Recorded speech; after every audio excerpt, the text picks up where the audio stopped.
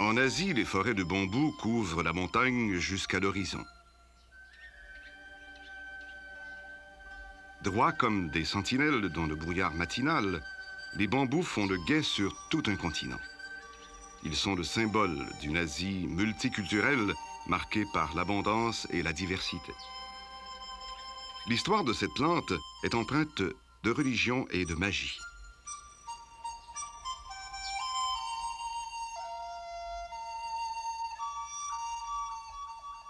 Ces formes sensuelles ont inspiré artistes et calligraphes.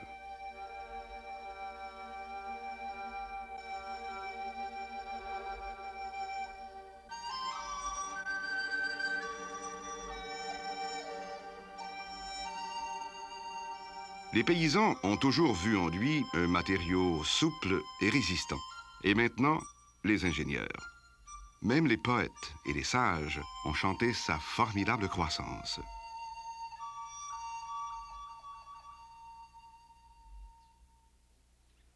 Le bambou est le bois du pauvre. Pour la multitude des habitants du tiers-monde, il se transforme en matériau miracle, aux 1000 usages. Depuis les temps immémoriaux, cette plante traditionnelle, ou plutôt cette herbe, a fourni nourriture, abris, médicaments et combustible à plus de la moitié de l'humanité.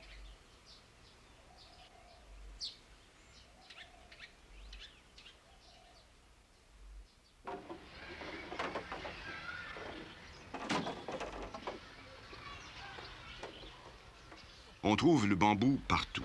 Il remplace les plastiques, les métaux et bien des matières non renouvelables. Les pêcheurs s'en servent pour fabriquer l'armature de leurs filets. On en fait aussi des corbeilles, des paniers et de jolis meubles. Le bambou est à la fois léger et solide. C'est un matériau idéal pour de multiples usages, depuis des échafaudages hauts de plusieurs mètres jusqu'aux délicates baguettes,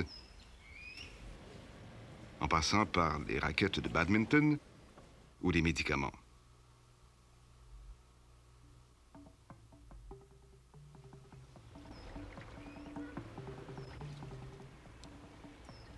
Dans les zones rurales, les cannes servent à la construction de maisons, de clôtures, de greniers et même de conduites d'irrigation. Sans oublier les outils pour le jardin ou la maison.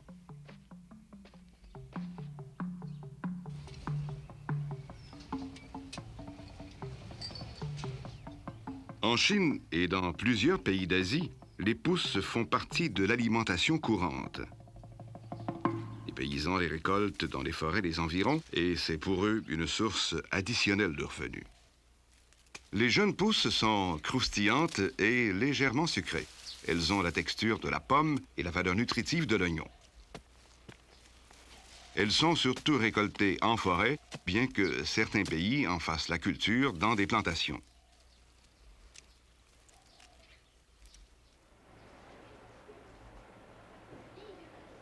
La majorité des pousses sont traitées dans des conserveries pour le marché domestique ou l'exportation.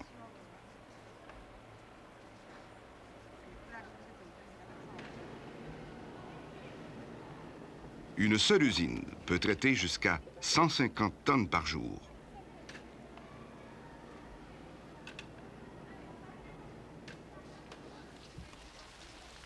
Le reste de la récolte prend le chemin du marché.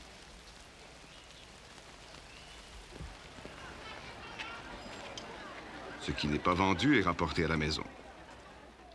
Les pousses sont alors consommées crues ou cuites à la vapeur, marinées ou séchées. Des pousses de bambou que l'on consomme avec des baguettes en bambou sur une table en bambou, de véritables manières de vivre.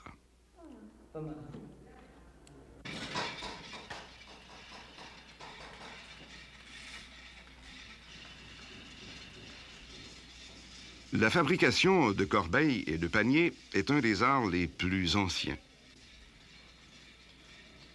Encore aujourd'hui, la vannerie occupe la majorité des artisans du bambou qui se rencontrent en petits groupes pour échanger et travailler.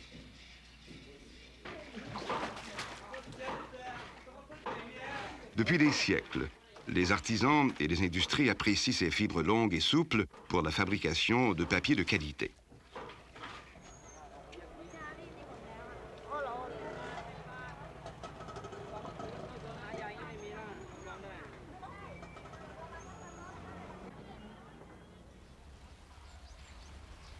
L'incroyable vitalité du bambou en fait un matériau de choix au tiers-monde où il est apte à répondre aux besoins d'une population toujours croissante. Pourtant, peu de recherches ont été entreprises sur cet ami du pauvre.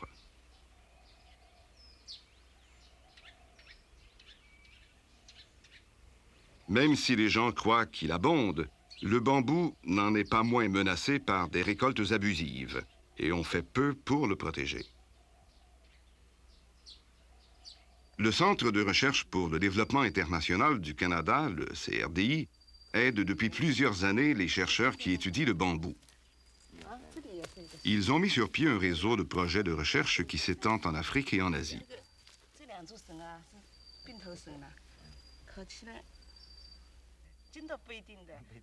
Les chercheurs ont d'abord constitué une collection de diverses espèces. Puis, ils ont cherché à accroître la production du bambou et son utilisation.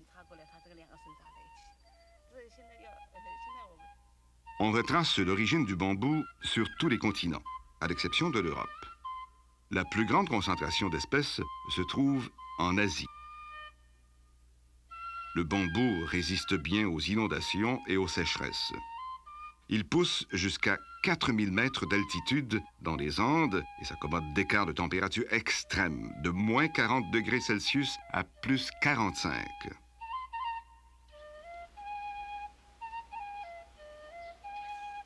On le distingue par sa croissance rapide, sa floraison particulière et surtout par sa canne évidée, noueuse et cloisonnée. La plupart des bambous fleurissent très rarement, à des intervalles de 60 à 120 ans. Ils donnent alors des graines, puis meurent. Curieusement, toutes les pousses d'une même espèce sont en fleurs simultanément partout autour du monde.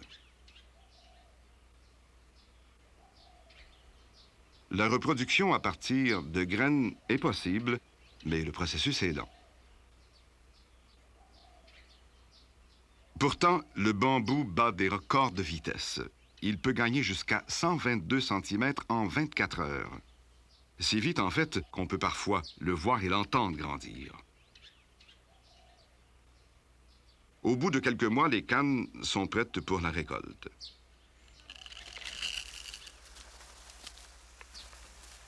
Cette croissance phénoménale est due à un réseau racinaire puissant, le rhizome. Les longues racines accumulent l'énergie et font croître les pousses rapidement.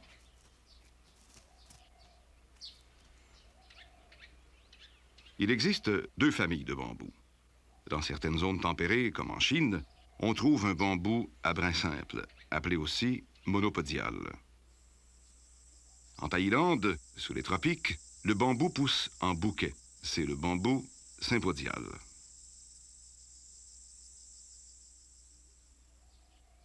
Les deux familles ont des rhizomes différents. Le rhizome du monopodial est long. Il peut atteindre jusqu'à 100 mètres. Chaque nodosité produit un bourgeon qui donne éventuellement naissance à une pousse, puis à des tiges simples et bien espacées entre elles. La croissance du rhizome alterne avec celle des germes et des tiges. Chez le bambou sympodial, les nouvelles pousses viennent directement du premier rhizome. La tige et le rhizome ne font qu'un. Dans la plupart des régions, le bambou croît surtout pendant la saison des pluies et se repose ensuite.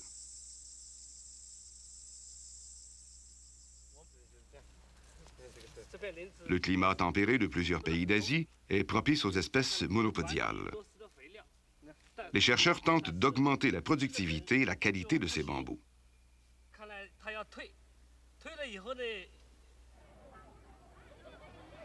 L'Académie de foresterie chinoise a été un précurseur des études sur cette plante. On y mesure la résistance du bambou à la pression et à la force de tension.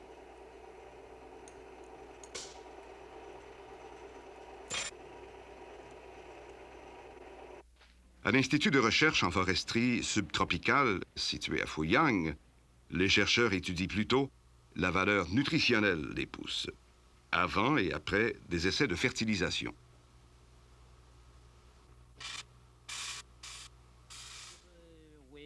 Ils diagnostiquent aussi les infestations de champignons ou d'insectes. Les chercheurs mesurent les feuilles et calculent l'absorption de gaz carbonique pour évaluer la photosynthèse et la croissance sous diverses méthodes de culture. Ces données sont ensuite analysées par ordinateur. On mène aussi des recherches sur la productivité des espèces.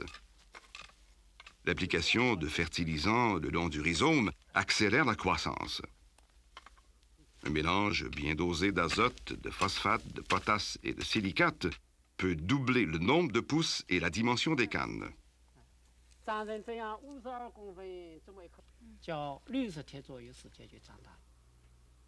En laboratoire, on évalue la rapidité avec laquelle le bambou absorbe les éléments nutritifs.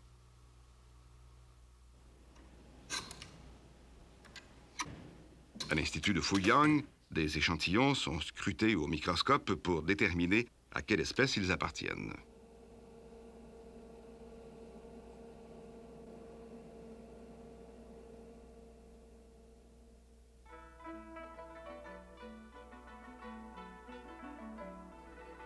Les Chinois ont fait un remarquable travail de conservation. Ils maintiennent une banque de plus de 300 espèces indigènes, le 5e de toutes les espèces connues dans le monde.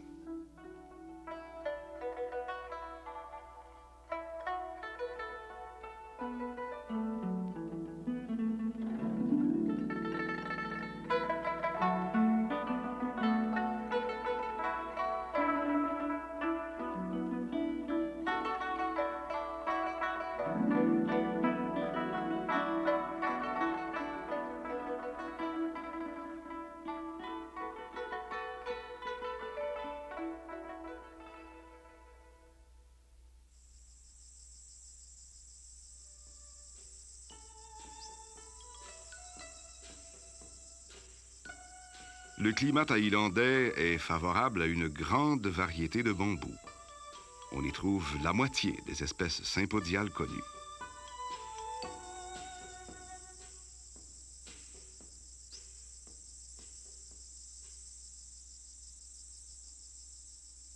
Les plantations et les forêts de bambou couvrent 10% du pays. La demande est en hausse, mais le bambou commence à manquer dans certaines régions. En Thaïlande, le bambou sert à la construction, à l'artisanat et à l'alimentation, mais aussi, de plus en plus, à la fabrication de pâte à papier. La forêt naturelle est menacée. Des recherches sont nécessaires pour préserver la croissance des forêts et pour établir des plantations commerciales.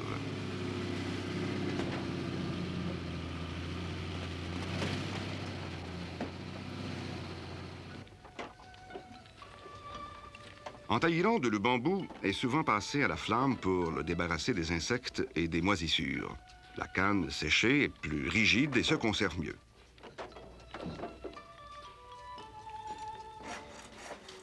La canne est ensuite coupée et entreposée dans des chambres de maturation ou encore mise en paquet en attendant son transport. Les tiges sont vendues aux entreprises locales pour faire des meubles.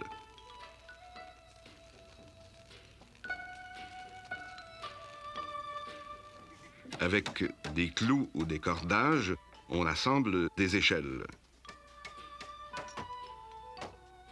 Taillées en bâtonnets, les cannes servent à fabriquer des cure-dents.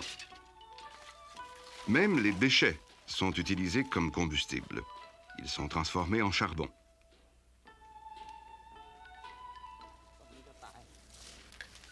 En Thaïlande, les chercheurs étudient les techniques de fertilisation et de reproduction du bambou pour augmenter la production. Le nombre important d'espèces différentes et leur floraison irrégulière amènent les chercheurs à développer des techniques adaptées pour recueillir, traiter et entreposer les graines des espèces les plus intéressantes.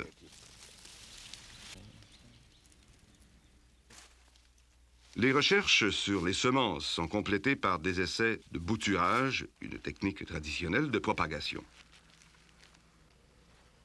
Depuis des générations, les boutures de bambou sont plantées bien droit dans le sol. La seule concession au modernisme étant le recours aux sacs de plastique. Quand les plantules sont bien développées, on les transplante dans le champ. Mais cette technique est laborieuse et lente.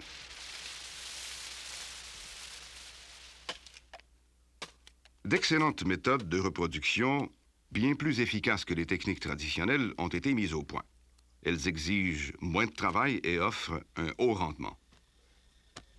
Le simple fait de mettre en terre la bouture à l'horizontale multiplie le nombre de pousses.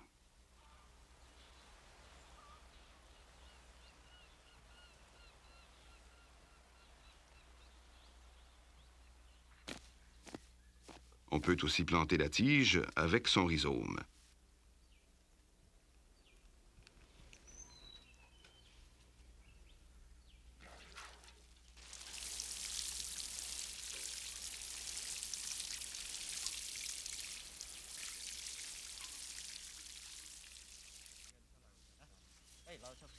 La plupart des espèces indigènes de Thaïlande sont maintenant conservées dans 3 jardins nationaux. Des études ont aussi été menées dans des plantations expérimentales. La recherche sur le bambou est encore récente en Thaïlande, comme dans la plupart des pays d'Asie. Mais les besoins demeurent importants.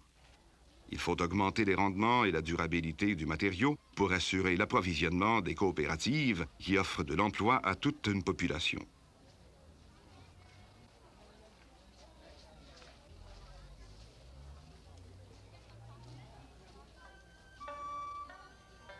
En Asie, les paysans utilisent le bambou à chaque étape de leur vie.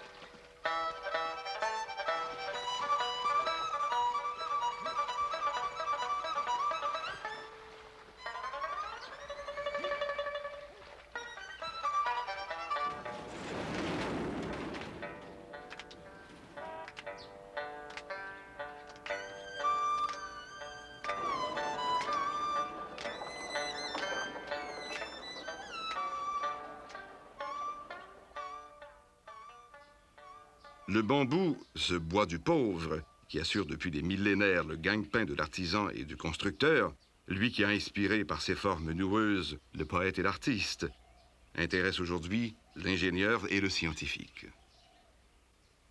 Le bambou a toujours été perçu comme une ressource renouvelable abondante, mais les besoins sont immenses.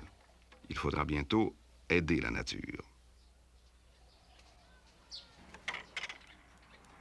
Comme les enfants à qui il donne un abri, le bambou doit être élevé, soigné, protégé pour atteindre sa maturité. La jungle sera-t-elle encore verte de bambou quand ce jeune enfant atteindra l'âge adulte? Pourra-t-il, comme ses ancêtres, sortir du village, couper quelques perches et utiliser ce noble matériau pour fabriquer ses meubles?